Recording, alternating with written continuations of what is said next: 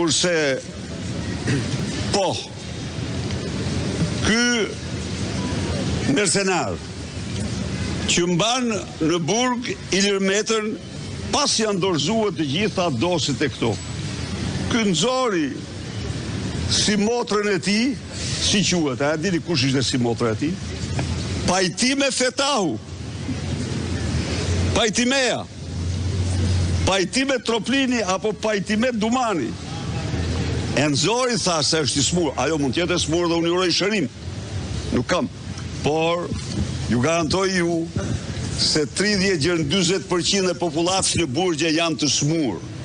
Janë të smur dhe kjo është shifër e saktë që ju japun ju. Kurse si motra e Dumanit dhe asaj Enkelejda